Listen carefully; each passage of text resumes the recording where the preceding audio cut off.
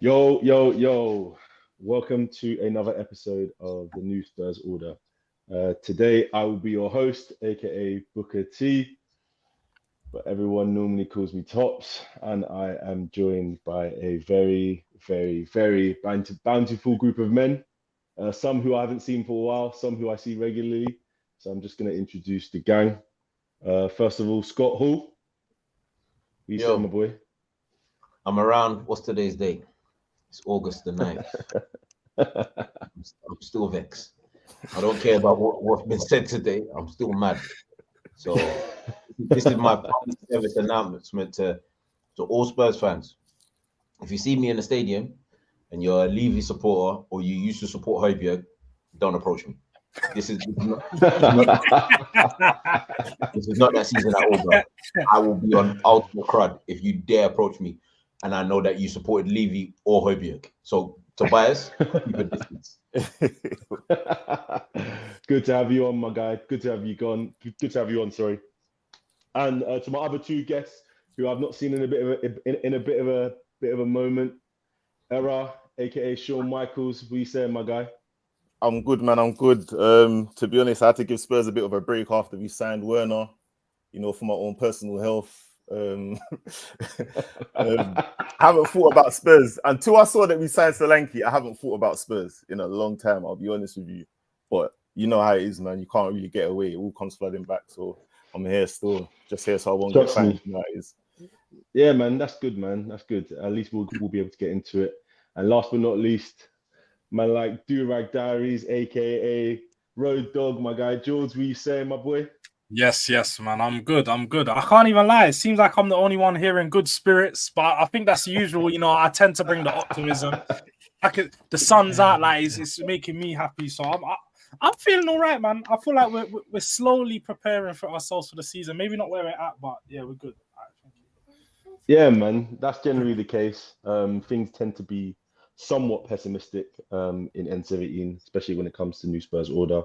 But hopefully today shouldn't be as it would be normally. Obviously, before we get into it, just want to remind everyone to please follow all things New Spurs Order and Touchline Fracas.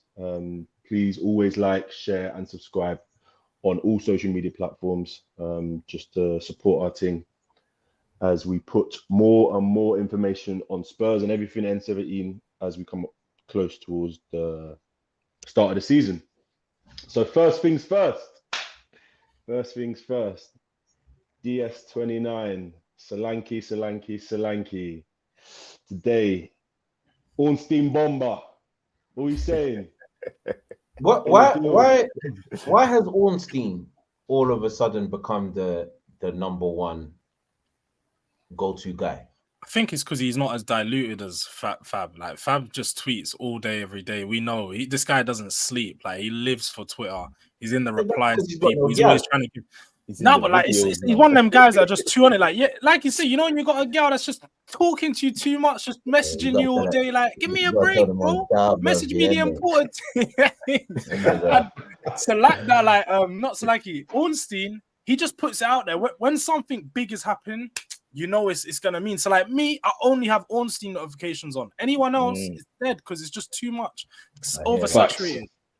Facts, man, facts. And generally as well, it seems like in the transfer world these days, it looks like Ornstein's the guy who's got links with club officials, whereas it feels like Fab probably is someone who works quite heavily with agents. So that's probably where he gets his information from, which is why it's always so I wouldn't say wishy-washy, but it does seem sometimes up and down.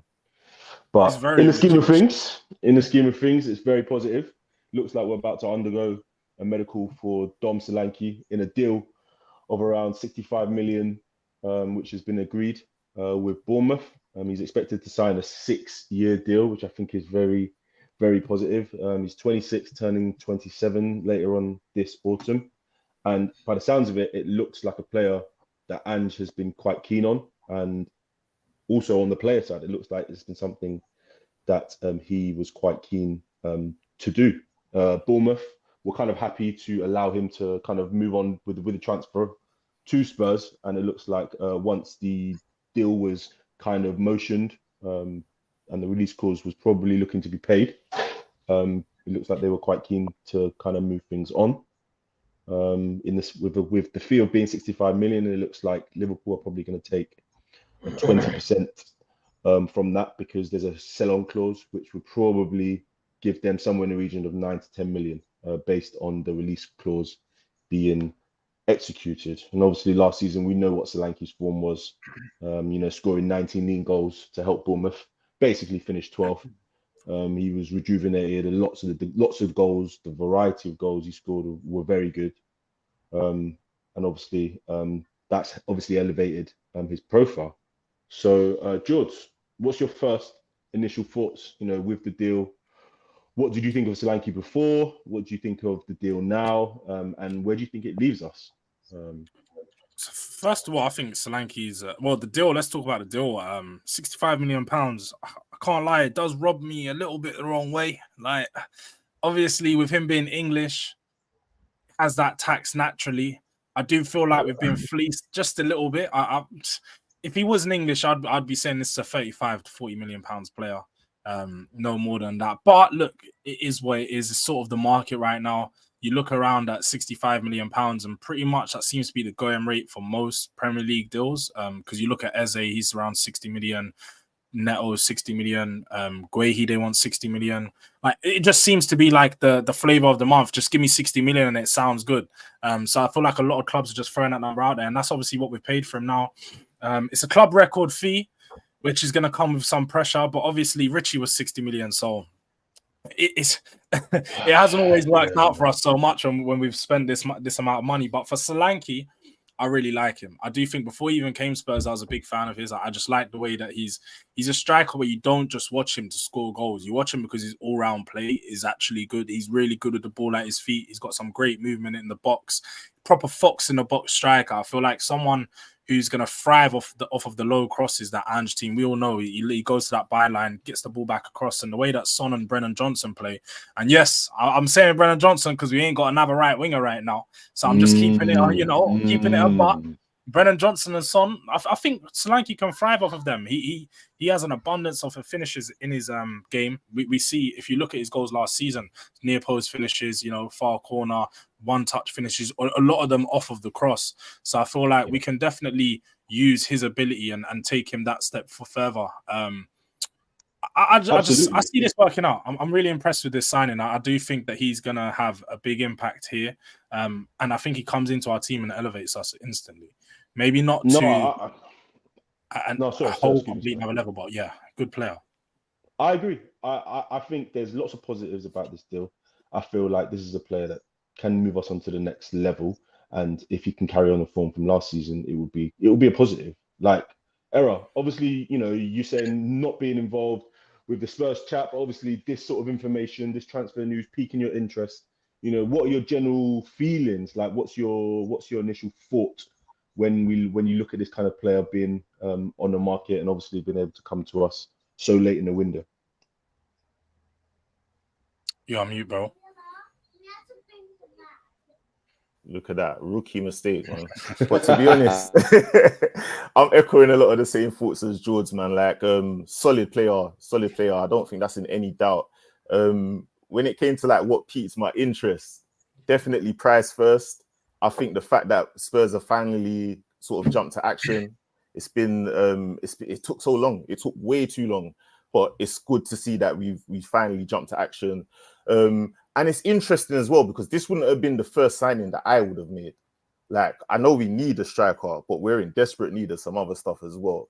And it's interesting to think, like, how are we going to play with Solanke? There's potential for different things, especially if we bring other people in as well. And there's potential for other, like, is Kulusevski going to play behind a 2, for example? Like, that kind of thing. It's exciting at the moment, but it definitely wouldn't have been the first signing I made, man. I don't feel like it solves necessarily any of the problems we had towards the end of last season, but we definitely did need a striker, so I can't be too upset about that. Or mute as well, Tops. I don't feel bad now. Yeah, we're all rookies today, man. I totally hear that. And to be honest with you, I think there's a lot of positives that can be taken from this deal, even though one of the negative people are saying is the price. I'm kind of interested to understand maybe the larger point as to why you think it wasn't a massive priority. And I'll bring it over to you, Yao. Obviously, looking at the kind of player that we've now signed, and obviously the issues that we have with players like Richarlison, do you think he is the kind of profile, when we're looking at kind of players that we were looking at, players like Tony and other players that were in the market, Gyökeres and the like, do you think this is the perfect profile? And where do you think it leaves his sort of role in the squad or in the team, with Richarlison still here, obviously saying today or yesterday that he has dreams of really kind of performing in the league and obviously playing in Brazil, which is kind of indicating that he's not really on the way out. First things I'd like to say is that this season I'm going to be beefing a lot of other podcasts, so be prepared in it, because I'm going to be calling a lot of man out, because there's been some nasty things said over the last few years. I don't appreciate it. Like, man thinking Spurs were going to finish 9th because Harold Kane has left the club. But I'll get back to that on another podcast. In terms of this, one thing I'm not going to do is the whole statistics as to, what Solanke does, what FB ref has said and all that kind of stuff. I watch football in it. I ain't got time for all of that statistic green bar, red bar nonsense.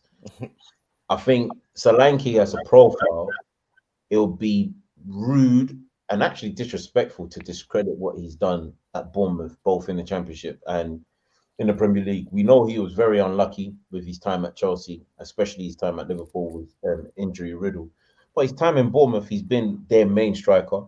And kind of the last season, especially, he's earned the right to be their main guy. 19 goals in the Premier League, playing for Bournemouth. I couldn't tell you what his supply line is. So that's actually quite impressive, if I'm being brutally honest. And in the games where I have seen him play, I've been like, all right, yeah, you're trying very hard, but you're more moving and shaking because the rest of your team is just not up to par to kind of, as a striker, you need to be fed. And he wasn't really being fed like that. So 19 goals is quite impressive. If I'm being brutally honest, and I'll still stick to it, Tony was my number 1 pick, and I think I made that very clear during the summer. Why? I think for me, he'd just done it for longer in the Premier League. I didn't think there was that much of a risk with Tony as there is, say, with Solanke. And what I mean by that is, Tony had a breakout season, literally the season after they've been promoted. So it's not like he needed a season or two to kind of get into the flow of the Premier League. They came up and he had his breakout season. And then he wanted to do a madness, telling girls that, he don't like Brentford. And then man wanted to bet on himself that we didn't know about it and went missing for 6 months. But when you look at, he came back, scored 4 goals in 17 games and still got picked for England. Now, I'm not saying use that as a barometer, but he did get picked for England and he did actually perform when required for England. So the price that was going around was around like 40 million. I was like, yo, that's a steal.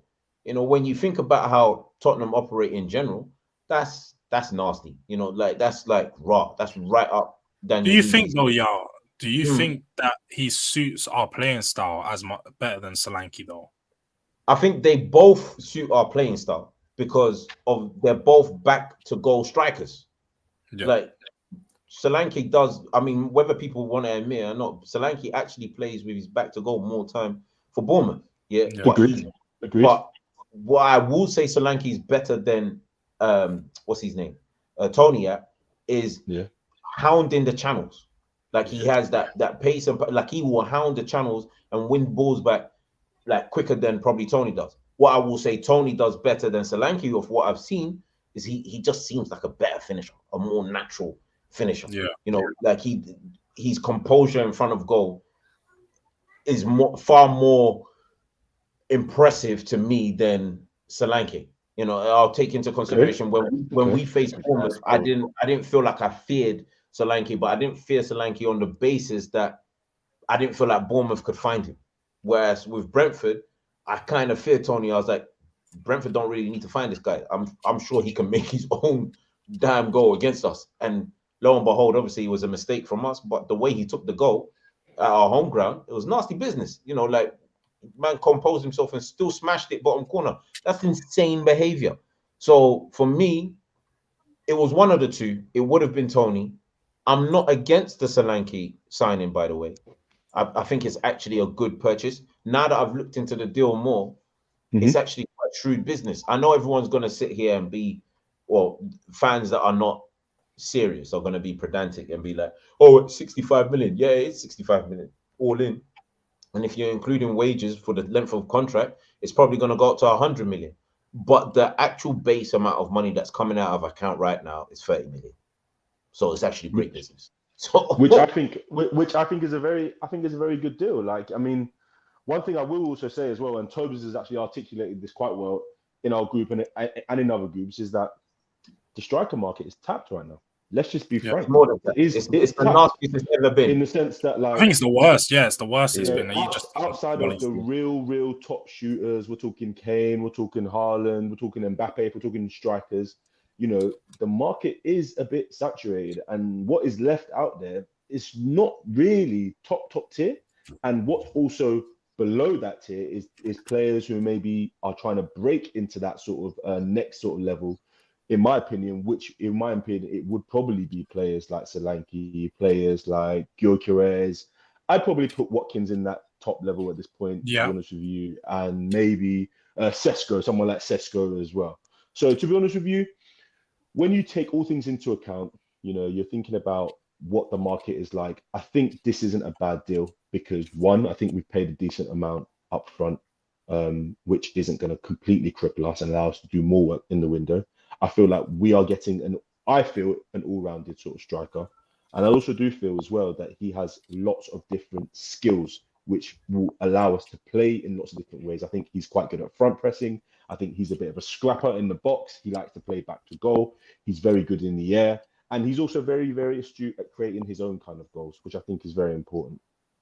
So to me, I can't see this being a negative, apart from obviously the fee in the long term, which we'll obviously have to deal with. But for now, I feel like this is a really positive move. I feel this shores up the position that we do need. We do need a real striker in replacement of Kane, in my opinion. And I really do hope that he does latch onto the form that he kind of gave us last season. But as like a quick last one, just before we go, you know, looking at the whole situation with the players that we've signed so far, the way that we played last season, I just want to go around and ask the group, what do you guys think we should be looking at goal-wise, tally-wise, and just goals, not assists, not goal contributions, but just goals from this first season from Solanke once the deal gets done? And we'll start with you, George. I want to be honest, I think that he should, if not hit last season's number, improve. I think he's coming to a better team with much more chance creation. So he's going to be in front of goal a lot more than he was last season. So I actually predict him to hit 18 plus. I'm going to go 18 plus for my number. And that's, I'd say the expectation, that's the prediction, but the expectation would be minimum of 15. I'd say minimum. Okay. I think that's fair. Era? I think it's a question of how effective he is in low blocks. I think he's going to be coming up against low blocks a lot more with the way Ange plays. So if he can figure it out, and I mean, it's not like Richarlison and the like don't get chances. They just haven't necessarily been converting those chances at the rate that we need. So if he can turn up there, I don't think it's out of the question for him to beat 15, definitely. Will he go on to get that 18, that 20? I'm not so sure. I think that depends on what else happens with both the tactics and the personnel. Okay. Fair. Yeah. Listen, we spent circa of 65 million, or will spend circa of 65 million, excluding wages over the time period. I've got no time for niceties. Brother, your target in the league is minimum 16 goals. I'm not trying to hear overall. I'm not trying to hear all comps. In the Premier League, 16 goals. I don't. If somebody comes to me during the season and says, "Yeah, but you got to look at the assist total," that I will slap him. Okay. 16 goals 16 is what I want. 16 flat. I don't want 15 and some change. I don't want 15 and it hit the bar. I want 16 flat minimum. Yeah, minimum. He's lucky I'm in a good mood, because true say for 65 million, bruv, that should be 2 goals per per every 5 million, bruv. That's a big. No.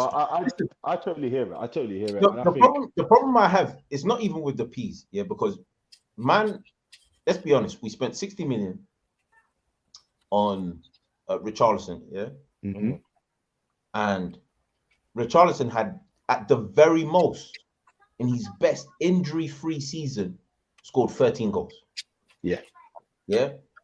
A man who's had injury-riddled career playing for Bournemouth. Bournemouth weren't Everton, so and I don't want anybody to say that they're better.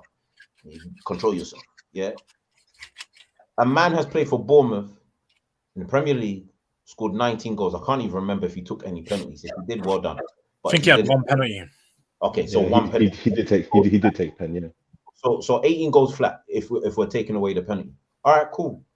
Richarlison this season just got 10 goals, 11. Man, I'm trying to 11 goals if it's 11, yeah. I'm trying to say, you got 11 and 18, brother. Let's not do mental arithmetic right here, bruv. Let's not lie. How do you not feel about keeping Richarlison? You know what? Let me say this flat. Let me say this straight and raw. Pause.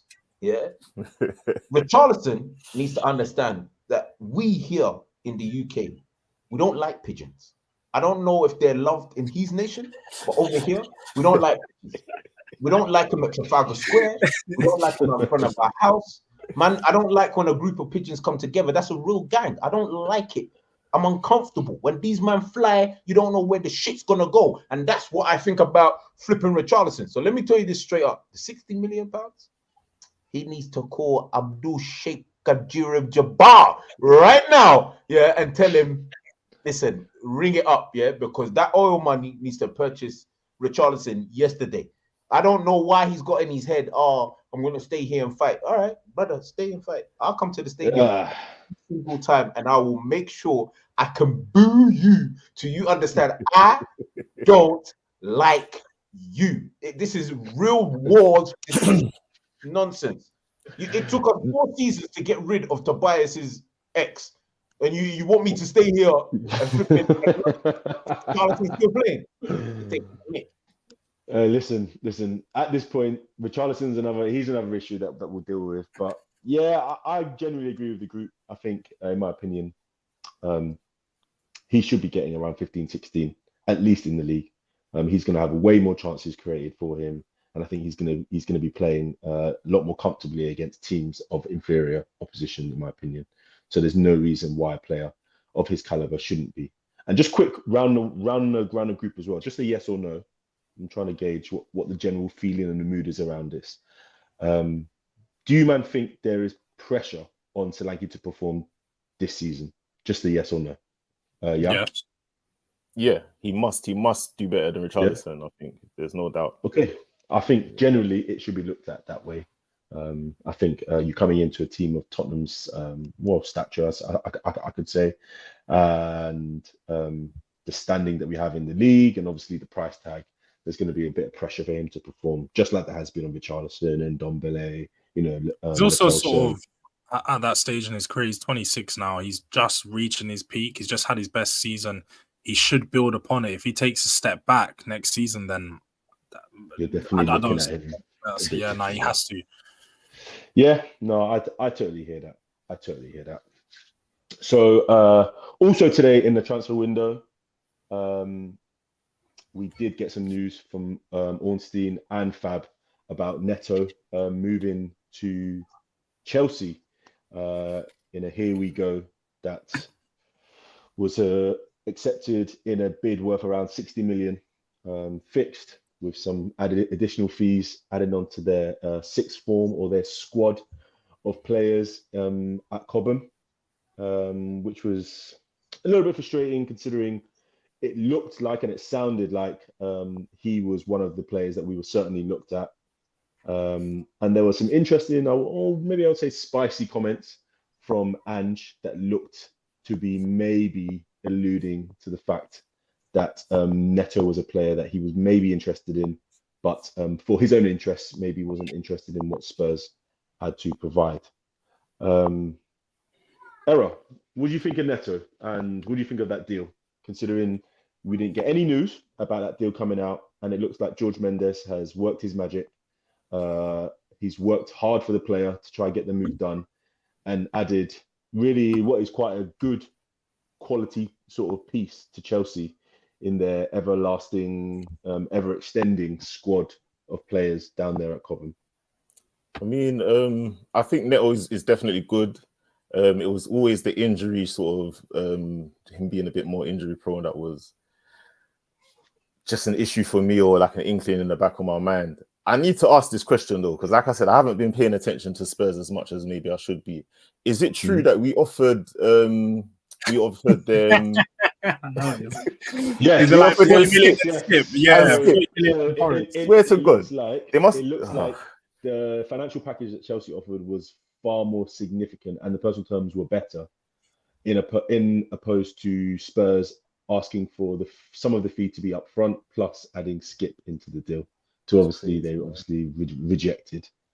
I don't know what that means, because someone like Skip, I would expect that we've kept him for this amount of time because of his homegrown status, and obviously squad placing. So to add him possibly in that deal would have possibly created another issue down the line for us. But yeah, I mean, in terms of some of the things that have come out today about his ability to stay fit and his output, what do you think this kind of a deal means for our sort of movements in the transfer window? Because obviously he's someone who predominantly plays on the flank, mostly the right side. And obviously, as Kulu's now moved in field, and that leaves only Brennan Johnson as the sort of only squad right winger. What do you kind of think this deal could mean for us in terms of squad planning for the next sort of 2 weeks in August? Sorry, which player was you referring to? Neto.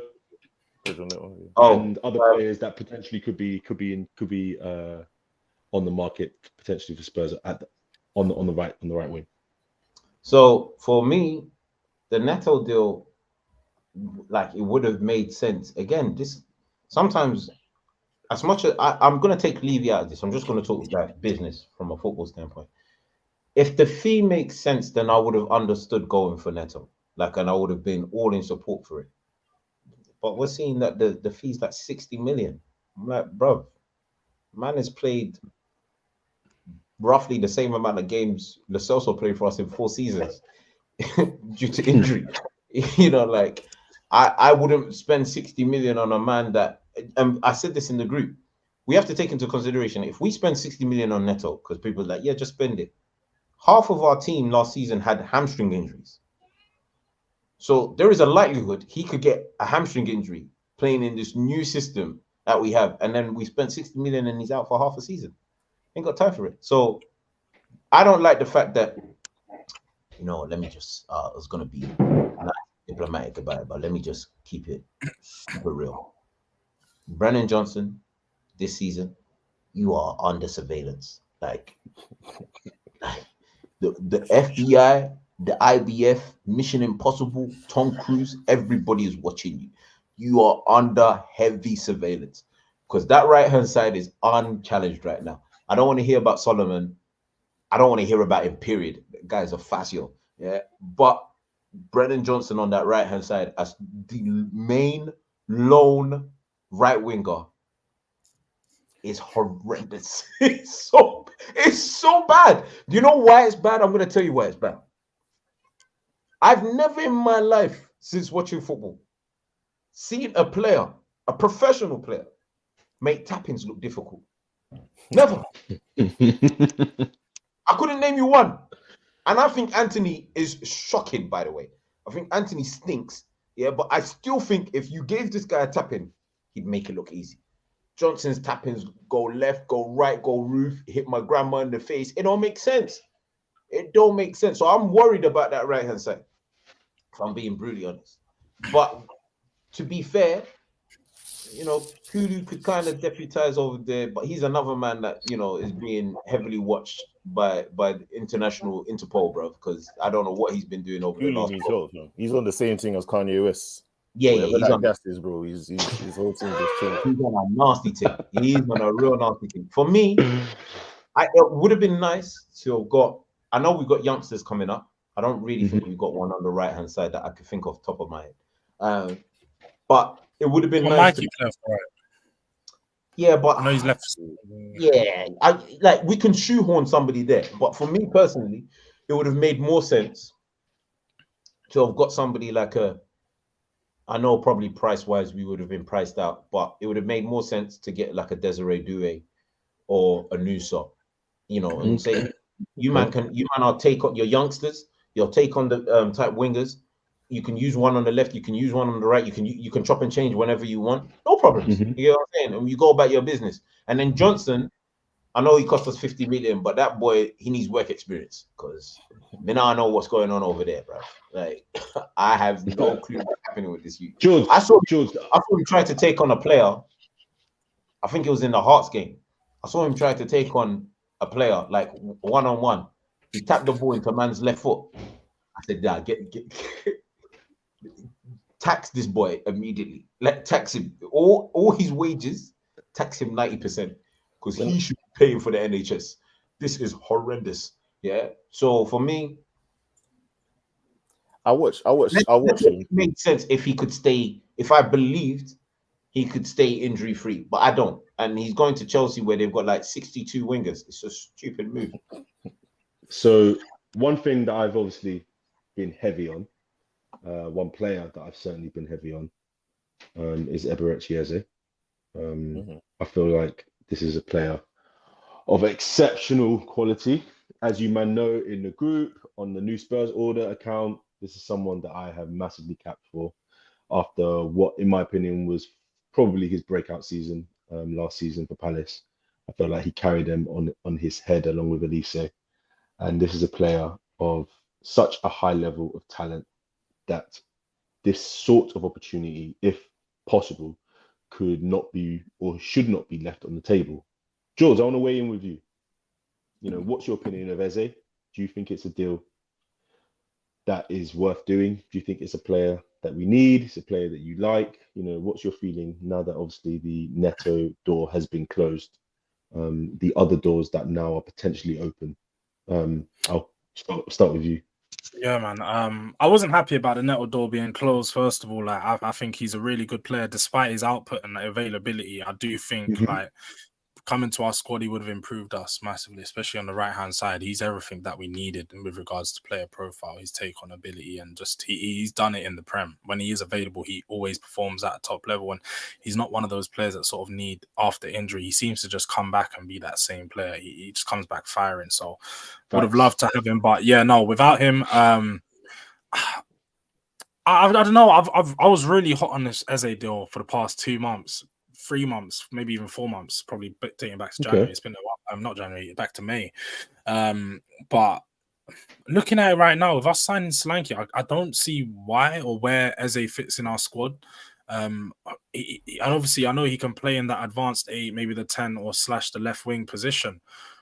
But we already have quite a lot of players in those positions that play. Like on the left-hand side, Son's going to play 80% of the games over there. He's captain. He's always going to start. I don't see Ange dropping him. So on the left-hand side, that's pretty much wrapped up for him. And you got Werner deputizing him as well as Moore or so on.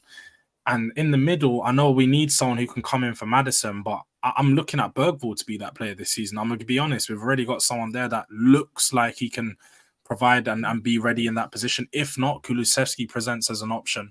And Eze going to spend £65 million on him, he's going to be a squad option. Yes, he improves our quality and depth, no doubt about that. But I just don't know if we can guarantee him a starting position over Madders. And so then I look at it, it's like we need someone who can come in and start guaranteed it. And like Yao just said, Brennan Johnson isn't at the level required on that right-hand side. He can't take on players. I think he will improve next season, but his all-round game isn't. It's not something to look at. It's not something that you actually look around and be like, yeah, he's bringing something to the game. He just gets an assist every now and then, and that's all he is. So I think the options are looking a bit dire right now on the right-hand side. There's, like I said, there's Doué. There's Rafinha who looks good. I'd happily take Rafinha or Bakayoko potentially, but Again, Bakayoko is one that I went on this right-hand side position. I thought we were going to bring in a player of, proven quality, someone that's going to come to the Premier League and we know what he brings. With players like Bakayoko, good player, but do we know he's going to come to the Premier League and perform? I don't really know. And signing wingers from that Dutch league has been very questionable over the last couple of years. When you look at Madueke, Bergwijn, Gakpo, like these are players that are scoring 15 plus goals in the season over there, but come over here and can't get 3 or 4. So I look at him a bit funny, but it's looking tight, man. It's looking like there's not that many options on the right-hand side. And so for me, I think we're probably going to end up going and getting a younger player, someone who's got potential, because there isn't no marquee signings out there. The only one that you could potentially throw in there is Coleman, who Bayern are looking to offload on a loan, but his wages are massive. I think they're 250 to 300k. And he's just as injury prone as Neto, isn't it? He plays about 25 games a season. Absolutely. Yeah, no, it's looking tough on the right hand side. You kind of have to get into a point where you kind of have to look at, lots of different factors, what that person's output is, what their role can be in the team, how available they are, and that's probably where we're at right now. We're trying to build a squad of players who can obviously play the way that Ange wants, which is obviously quite grueling from the way that injuries have amassed in the last season, and obviously what's being required of them from a physical standpoint, but also from a tactical standpoint. Whether these players are the right tactical fit, whether they're of the right modification in terms of how they profile when we're attacking in the way that we do, and obviously in our rest and defense, like transition defense as well. So lots of these are different factors, and obviously that led to us like having quite I would say not heated, but quite a large sort of debate today in the NSO group. And I just want to come over to you, Era. Like, where do you stand on the viewpoint of profile over talent or talent over profile? Because obviously, you're looking at players that would be in the mold of, I don't know, an Eze, who, in my opinion, in the final third is an aggressive agitator, very good dribbler, pops up with goals. Is this the kind of player with, if you're putting him on that right side with like a Porro per se, would he kind of, on the left side with like Udogie, who does a lot of underlapping, and on that left side, we know Maddison kind of comes across anyway. Is that like something you think is important for us to think about? Or if you're looking at the squad as a whole, are you thinking talent is more important to have in depth because we've got a lot more games, we're going to be playing at a lot higher level, and we're going to be playing teams who know how we play? Like, how do you weigh in on this sort of debate, talent v profiling? Yeah, it's a hard one. It's a hard one to like definitely pick a side. And I think I was talking about this in the group chat earlier. Like, my stance on Eze is that he's definitely quality. Like, as if you take him as an individual and just talk about him and his talent, I've got no issues with his talent. But when I talk about him as a piece of the Spurs puzzle, I think that's where my issues begin to start. It's a similar situation to what I was saying about Solanke. If Solanke wouldn't have been my first buy, I don't think Eze would probably be in my first 3 buys, because there's so many issues that need to be solved before we get Eze.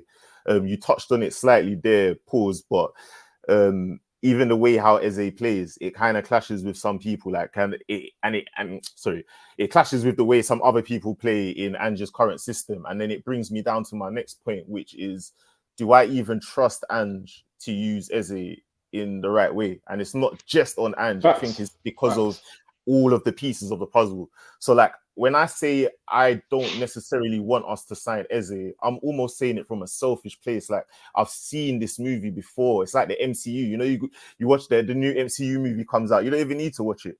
You know what's going to happen. You know what I'm saying? I know that we've had players of proven quality step into these teams and embarrass themselves to certain extents.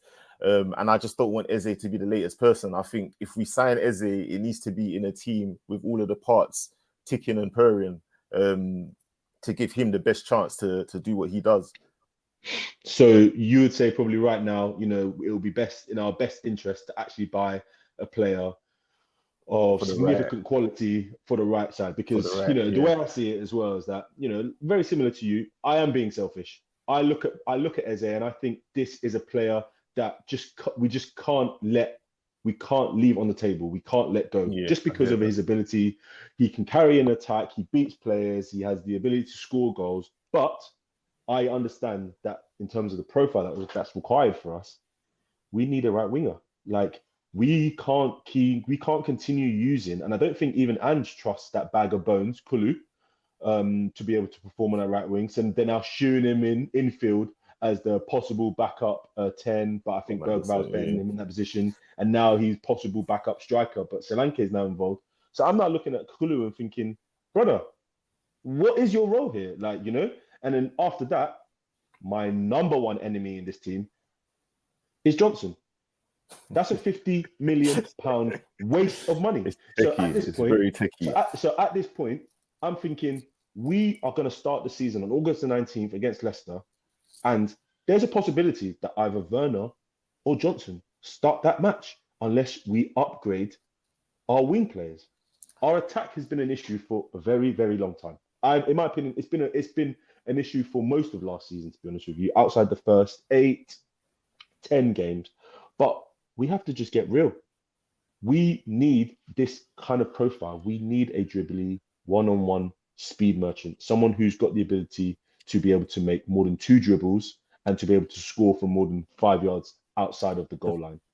The funny thing is, sorry to cut you off, Top Sport, we have a player that kind of, not 100%, but he kind of fits that profile. But he's playing in a role where he needs to be a great defender. And I'm not even sure he's a great defender. So like, there's a world, where we don't need like a top quality right winger, but we need a top quality right back. And then we get some of these guys pushing a bit further forward, crossing, whipping the ball in and being more effective, like they're doing. That's what he's doing effectively. I don't think that's Ange's system though, because I feel like obviously anyone that comes into that right back role is going to play the inverted way, and I think Porro does the inverted job pretty good. From what we need of him going forward, he's perfect. But obviously, on the backside of things, defensively, there's some questions to be asked. But I think with our centre backs getting better and the chemistry improving from their side, I do think that he's not going to need to have as much defensive responsibility as he had that last season. George, did you say questionable defending? Some questionable, yeah, questionable. Right, let me answer the question to the group, innit? Let me answer this question to the group. You walk, you go in, you're leaving out of town. Yeah, you booked an Airbnb. You're about to, put the key into the door and make your entrance. Question: do you look over your shoulder before you put the key in? Because if the answer is yes, that's a man that's proactively showing defensive awareness. Yeah. Now ask me, if Porro is in the same situation, he's got to put the key in and go straight in the house. Man doesn't look over his shoulder. He don't do none of this. That means, whoever wants to run up on Porro can run up on them and catch some jewels any time of the day. Any day. That's why he didn't go to the Euros.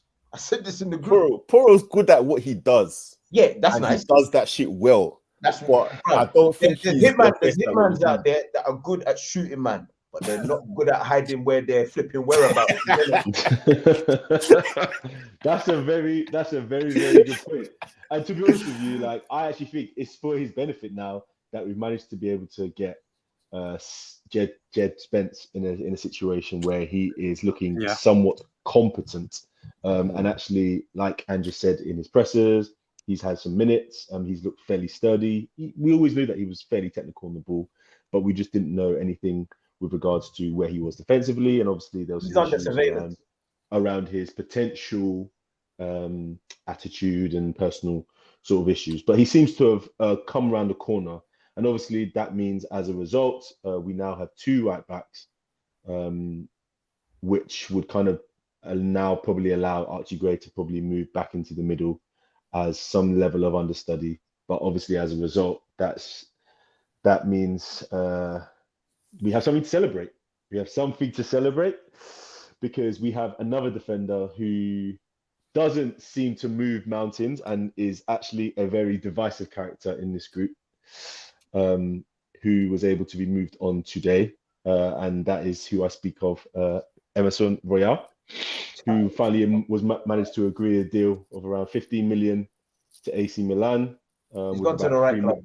With about 3 million in add-ons.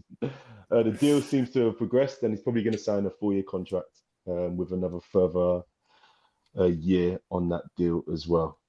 So Royal, in the end, we signed in for almost 30 million after he came from Betis and Barcelona. In the deal probably around 32 million probably, and that was back in the summer of 2021. It didn't hit 32 million because it was 23 plus add-ons, and he never hit any of the add-ons. He never hit a single one. And in the time that we had him, he played around 100 times, popped up with a few goals. But like I said, the jury was really out on him. And I just want to get a quick sort of roundup from you guys as to what you guys think of Emerson Royal and why you think maybe it didn't work out, and what do you think his career looks like now? Because he is only still like 24 or 25. Let me start, man. I think he's a good defender. He's a decent attacker, nothing special, but he can cross when he needs to. Every once in a while, he'll surprise you with a pass. And I think for a typical right back role, it's going to be good enough. I think he'll be good enough at AC. I don't think he did enough of a job for us, but I think that's more on just the tactical shape of the team. Like, we're trying to use him as if he is Porro, and he's definitely not Porro. Like, he's not going to do that. But yeah, man, good luck to him. I think it will be interesting to see if he ends up with a trophy next season, because it seems like everyone who leaves Spurs does. So let's see how it goes, man. Unless the name's Harold. There's always one. Yo, we'll come back into that. Jules, what was your opinion of Emerson and his time at Spurs? Do you know what? Emerson, I feel like he's one of those players you love to watch him, but you also love to hate him as well. He's just proper frustrating. Like, he's entertaining, but he's such a hard watch. Like, I used to go mad constantly. He's just in the middle of the pitch and he's doing a no-look pass to Romero. I'm just like, what are you doing? Like, my head is steaming. But do you know what? Like Era said, man, like, I think he was actually a decent defender at times. A lot of people called him terrible and all these things, and I actually don't think he's a terrible player. I think he can actually add to some teams. And for AC Milan and in the Serie A, he'll probably do all right. But yeah, no, I'm definitely happy to see him gone. And the king of compilations, I think I'm good to not see another compilation of honestly. Literally. There was a period we couldn't run from it. We literally couldn't run from it. Every week, win, lose, draw. I'm getting my Emerson Royal compilation, man. At one point, I was like, let me get to Monday, man. I'm waiting for it like crap. I'm waiting for it. Yeah, I was hooked in at one point. I was just waiting to see what he's going to put on there. Yo, how about you, brother? It's good riddance. Rough. From a defensive point of view, I agree with everyone. Like, and I've said it in the group, he can defend. I'm not going to sit here and lie. And my whole thing is, you can't use man for what his weaknesses is. He's not an attacker. He can't cross. It's not his skill set. But he's one of those players that legitimately went to the wrong club for his profile. He came to Spurs, and our fans, we got fans that thought Højbjerg was great because he ran around. So what do you think they're going to say about a guy that can't cross? Oh, he's absolutely rubbish. He can't do nothing. Poro's amazing because he can switch it left and right. Yeah. Shut up. No. Properly, no, bro. I agree. Like, him coming in that summer 2021 with Nuno, who, we all knew kind of like playing in three at the back, a full back with wing backs, and then obviously him going and Conte being there. Like, that year, I legitimately went to, I think, 16 or 17 home games that season on our way to getting top four. And I just was so frustrated watching this guy every single week. He's the worst guy. I think I was at the first game. I think it was Crystal Palace at Selhurst Park, and we got pumped. Crystal Palace. Yeah, we got pumped. Tanganga lost. Yeah, I remember his first game. That was the worst. I couldn't believe it. He was fighting for his life. Yeah, But it was against Zaha. But I could caveat that because I was like, it was against Zaha, and Zaha is nasty. You know, he's one of them Ivorian youths that probably insults you in French, and you get confused because he speaks pure English. It don't make sense. No, man. But, It's just he was a frustrating one. struggled in that first game. But then you this is what I'm saying. It's like obviously Conte came in, and let me make this very clear. Conte is an utter fraud. Yeah, I don't know how he's got this far in his life with that wig of his, but he's a true and utter fraud. He's the true definition of what a Nigerian should be. Yeah, this guy is nasty business. Obviously, we frauded that whole season, and then man has decided, yeah, I'm gonna keep you as a right wing back because that's not even his position. He's not a right wing back, and he's not an inverted right back. He's just an out and out old school right back. That's all he is. He is tackle and pass to the nearest man. Tackle and pass to the nearest man. He is default settings on Pez. And man are trying to make him do dribbles, 1-2s, touch out wide, outside of the... Are you mad? He hasn't even got his passport. You think he can do Jenga? The thing is, though, yo, man, when you're a Brazilian player, you expect him to have like just a touch of Jogo Bonito, like just a little. That's exactly what I was about to say. Like, come on, you're Brazilian. No. You are from the favelas, Copacabana Beach. It should be in your genes. Your touch should be set. Your ability to manipulate the ball should be set. Like, come on, man. It shouldn't. Do you know how I know it shouldn't? Because most of us, if not all of us, grew up watching one particular man for Brazil. I was like, this guy, he has frauded his way to the top, and his name is Dunga. That guy was a European player playing for the Secação. Yeah, and I couldn't believe it. I was like, this guy's nasty. He is disgusting. Absolutely. He was tackle and pass, no flair. His haircut was the same his whole life, from age 0 to whatever age he is now. He didn't even grow a beard. He is absolutely basic. And that is what Emerson is. Basic. Simple. No, I mean, like we've said, you know, there were lots of positives and largely a lot of negatives. I do feel it was a bit harsh because I feel like he came into a situation where we signed a right back and he was immediately asked to play right wing back, which I don't think suited his skill set.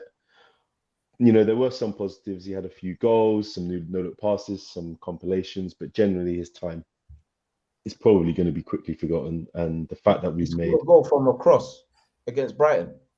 Yeah, he did, and he scored some interesting goals. Even that one last season, first day of the season, that was a pretty good finish as well. Yeah, that was a good finish. We're not taking that one. You know, obviously his time will be generally revered, but yeah, at least good riddance.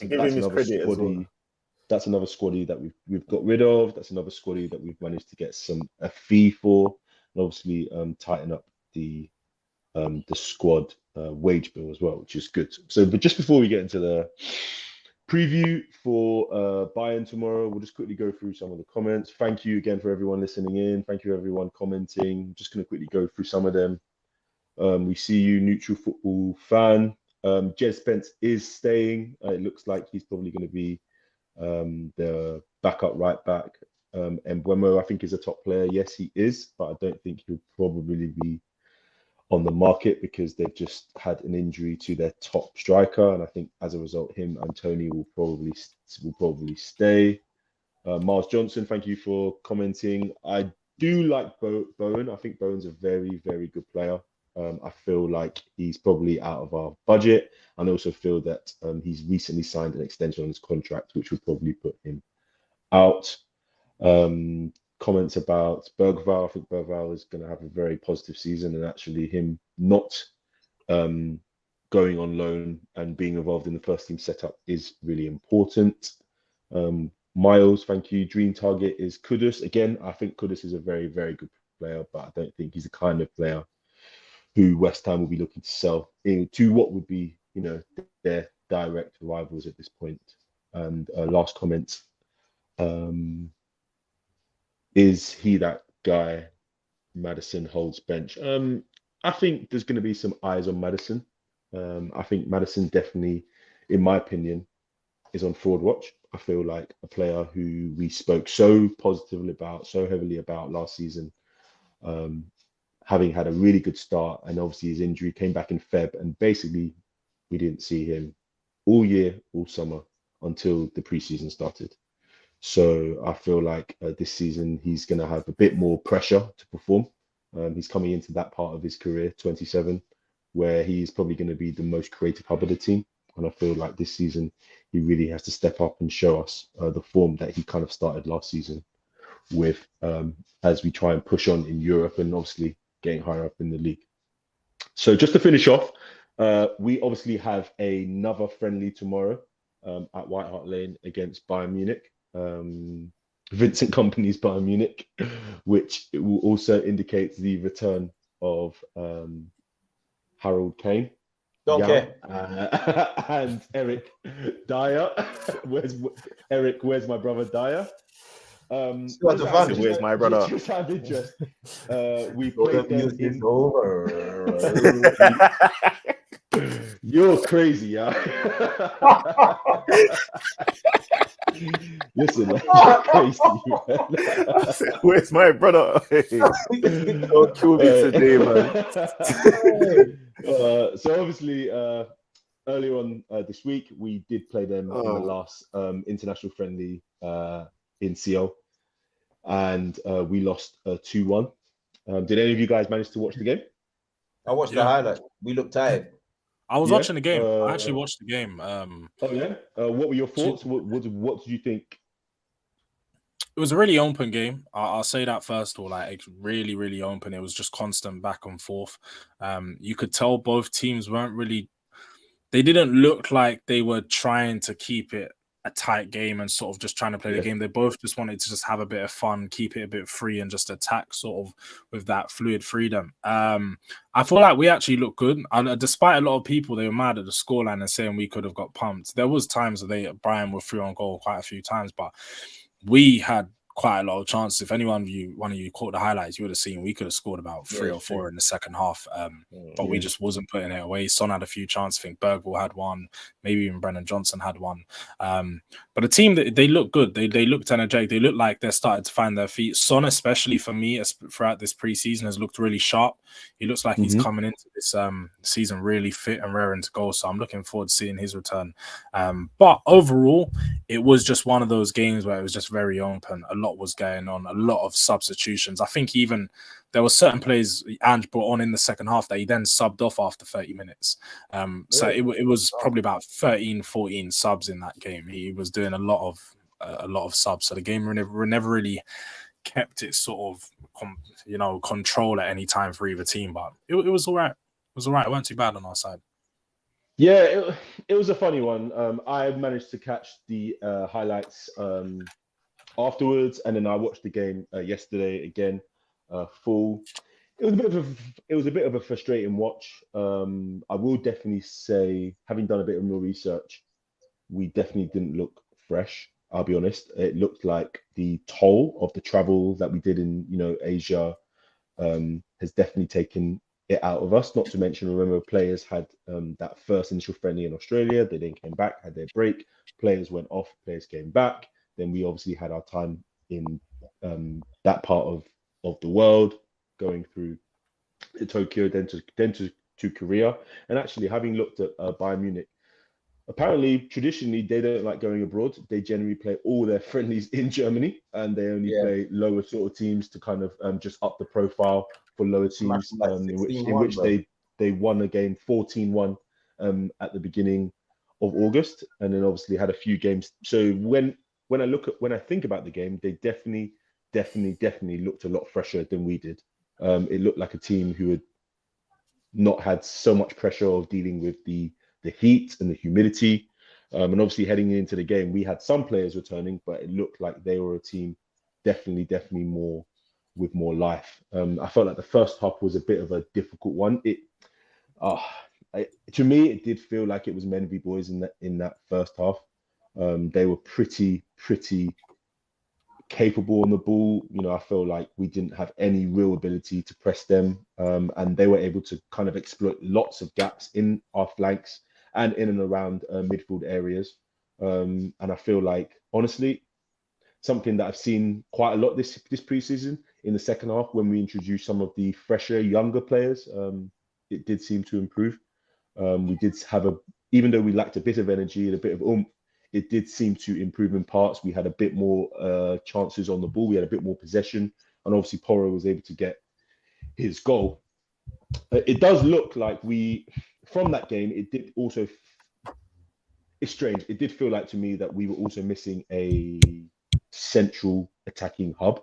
And I felt like whilst we started with Kulusevski and then obviously Lancashire in the second half, it did feel that like we were playing almost in a fluid way that kind of emphasized or overemphasized how Ange wants to play in terms of, you know, using the flanks, creating centrally.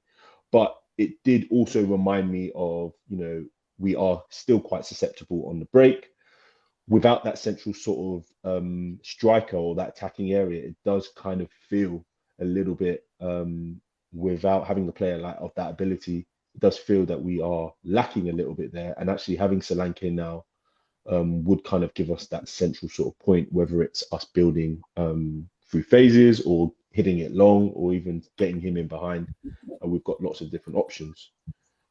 With regards to the friendly tomorrow, obviously it being at home and obviously the last possible opportunity for players to impress or young players to kind of push for the game the following or 2 Mondays away against Leicester, you know, what would you hopefully be liking to see? What do you think it means for the players who are kind of possibly up for selection?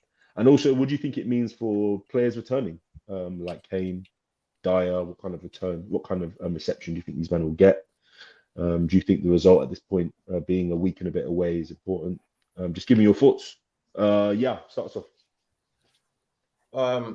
I think we should be going into the Leicester game with some sort of confidence. They've had a managerial change, and they're coming up from the Championship. I think we've had a good pre-season. We should be going into that game with some sort of confidence. And now that we've got a striker or an out-and-out striker, we should be able to at least, you know, really rubber stamp ourselves in that first game. I think after the Bayern game tomorrow, it's all about, you know, preparing these players for the first league game. So get some good rest in those legs and really take it from there. But to be honest with you, I'm not too disheartened with what's going on so far.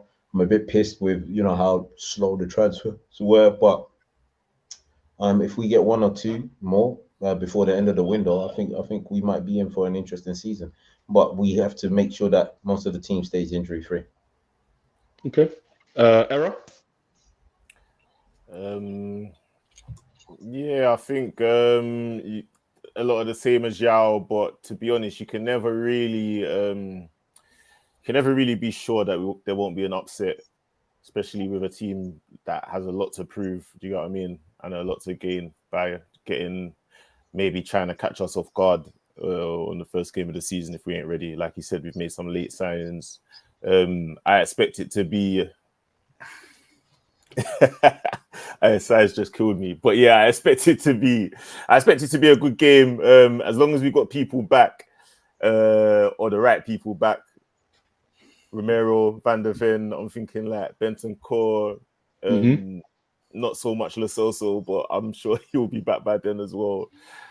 Yeah, man, I think we should definitely win, but I just wouldn't put it past Spurs to have a little bit of an upset at some point. Yeah, all right. And George? Yeah, no, I pretty much echo what you guys said. I think tomorrow is going to be a good game to just gauge sort of where the team's at.